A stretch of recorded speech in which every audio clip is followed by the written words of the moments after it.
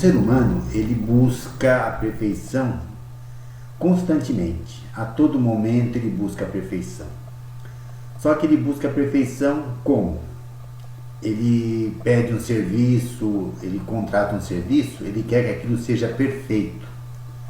E se tiver alguma coisa que não está no seu agrado, pronto, isso é o fim. Então ele busca tudo na sua vida a perfeição. Ele quer que ele tenha o dia perfeito, ele quer um encontro perfeito, ele quer ter filhos perfeitos, ele quer ter a esposa ou o marido perfeito, ele quer ter o emprego perfeito, enfim, ele quer tudo perfeito. E como nós estamos no mundo de provas e expiações, nem sempre é assim. E isso causa um transtorno, uma decepção, e aonde o ser humano ele fica muito chateado, ele busca de outras formas descontar essa sua frustração. Nós temos também aqueles que buscam perfeição através da arte, por exemplo, o pintor. Ele busca fazer aquela tela perfeita, ele procura se aproximar com a perfeição do Criador, com as cores, com a beleza da natureza, então ele fica nessa busca incessantemente.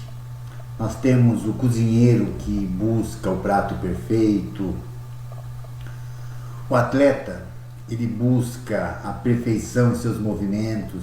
Às vezes, um exemplo, um ginasta, ele passa 4 anos executando uma série, buscando a perfeição, para poder em 3 minutos, 2 minutos, uma Olimpíada, por exemplo, ele executar todos os seus movimentos buscando a perfeição, a nota 10.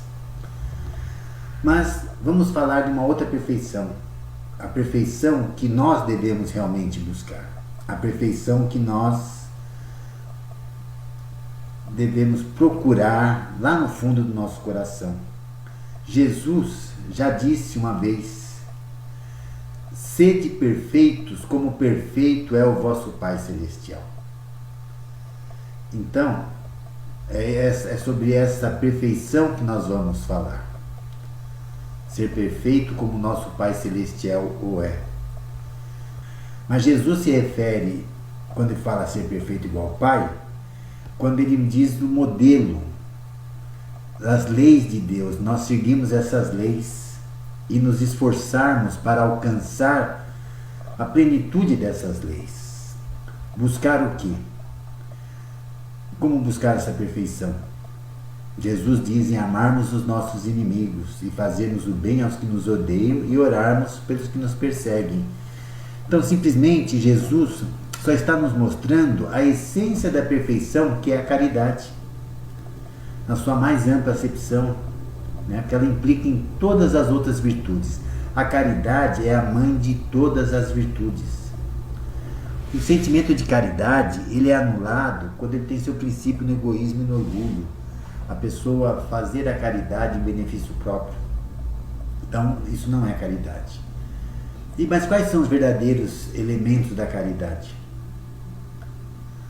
Os verdadeiros elementos da caridade são a benevolência, a indulgência, a abnegação e o devotamento. Que Jesus diz que o homem de bem, ele é humano e benevolente com todos, sem distinção de raça, nem de crenças, porque ele vê em todos os homens, ele vê como irmãos. Ele não alimenta o ódio, ele não nem rancor, não tem desejo de vingança.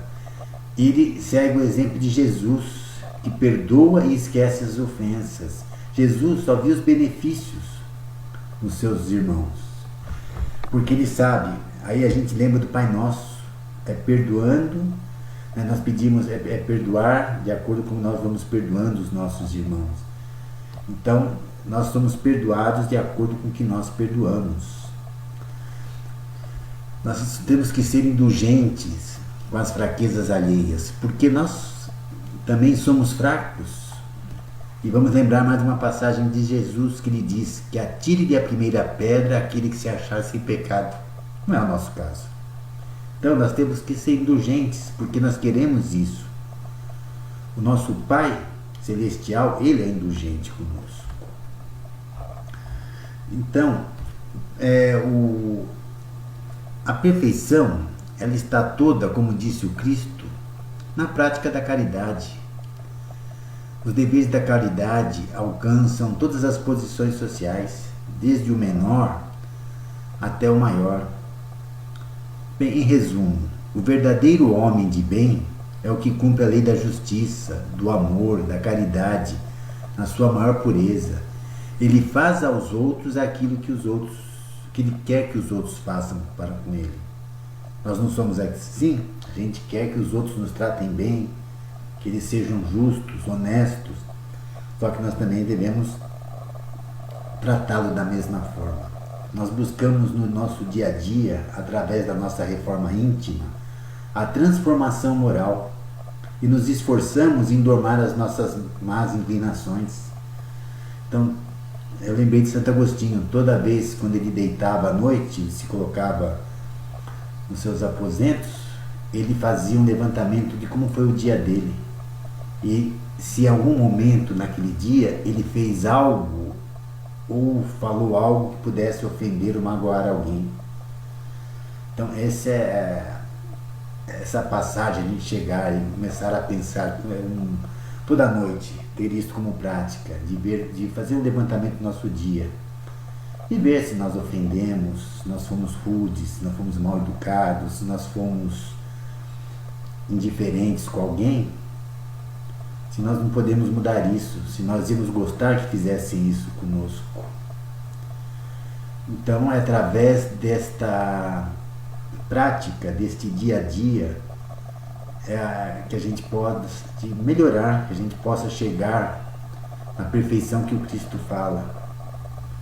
Então, como atleta, lembrando mais uma vez, o atleta, para ele atingir a perfeição ou chegar próximo, ele todo dia ele treina, ele busca, ele repete, ele pega aqueles movimentos que ele tem que fazer, aquela série, e ele vai até a exaustão, repetindo, repetindo, repetindo. E para nós é isso, nós temos que repetir, repetir e repetir. E fora da caridade não há salvação.